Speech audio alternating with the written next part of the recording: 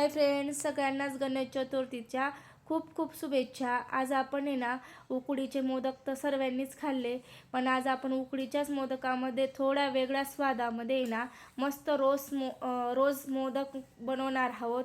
बाहेरून मस्त असे सॉफ्ट चवीला आणि आतमध्ये मस्त असे मधासारखे चवीला अप्रतिम होतात, करायला पण तेवढे सोपे आहेत। तर तुम्ही सुद्धा पहिल्याच प्रयत्नात कराल। तर कसे बनवायचे ते बघूया चला। तर मी इथं घेतलं आहे, 1 चमचा तूप टाकून घेतलं, त्याच्यानंतर 1 वाटी खोबरं टाकून घेणार आहे। ओल्या खोबऱ्याचा किस करून घेतला होता तो टाकून घेतला। आता आपण किसलेला गूळ टाकून घेतला आणि गूळ व्यवस्थित वितळेपर्यंत आपण इथं छान कमी गॅसवरतीच परतून घेणार आहोत। आता इथं आपला आहे ना गूळ वितळून झालेला आहे आणि त्याच्यात आपण 2 चमचे आहे ना रोज सिरप टाकून घेतलं आणि व्यवस्थित आपण आहे ना मिक्स करून घेणार आहोत। तर बघू शकता खूप छान आणि खूप चवीला अप्रतिम होतात। तर इथं छान असं आपलं सारण तयार झालेलं आहे। आता आपण बाजूला काढून आहे ना थंड करायला ठेवून घेणार आहोत। आता आपण इथे ना पीठ कसं तयार करणार आहोत ते बघतोय। तर 1 वाटी पिठासाठी 1 वाटी पाणी घेतलं, चवीपुरतं मीठ टाकून घेतलं आणि तुम्हाला वाटलं तर तुम्ही दुधाचा पण वापर करू शकतात। तर मी दुधाचा वापर केलेला नाही आहे आणि व्यवस्थित आता आहे ना पीठ टाकून दिल्यानंतर व्यवस्थित अशा पद्धतीने आहे ना पीठ चाळून ठेवायचं, व्यवस्थित मिक्स करून ठेवायचं अशा पद्धतीने। आता आपण 2 चमचे याच्यात सुद्धा रोज सिरप टाकून घेणार आहोत। तर बघू शकता मी रोज सिरप टाकून घेतलं, परत एक वेळ चाळून घेणार आहे। चाळून घेतल्यानंतर अशा पद्धतीने ना 6 मिनिटासाठी झाकून देणार आहे। छान अशी वाफ, गॅस बंद करून झाकून ठेवायचं, छान अशी वाफ भरते आणि आपलं पीठ पण खूप फुलतं। तर इथं मस्त हाताला चटके बसत आहेत, तर मी ना जे पावभाजीचं मिक्सचर असतं ना त्याच्याने अशा पद्धतीने मिक्स व्यवस्थित दाबून घेणार आहे, म्हणजे गाठी वगैरे राहणार नाही।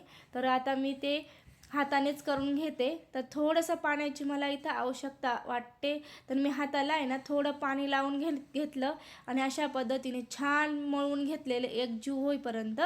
तर इथं बघू शकता अशा पद्धतीने मी कोमट पाण्याने छान थोडंसं त्याला आवश्यकता वाटली म्हणून मी ना पाण्याचे हात लावून छान मळून घेतलं। थोडेसे तुपाचा हात लावला कारण की आपल्या पारीला खूप छान चकाकी येते आणि मोदकही खूप छान दिसतो। तर इथं आपलं पीठ तयार झालेलं आहे। असं तुम्ही बघू शकतात कसं पीठ होतं, किती छान आणि अगदी मुलायम तयार झालं। इथं मी गोळे तयार करून घेते अशा पद्धतीने। आता आपलं सारण पण थंड झालं आहे। आता मी तुम्हाला हाताने पारी कशी करायची ती दाखवते।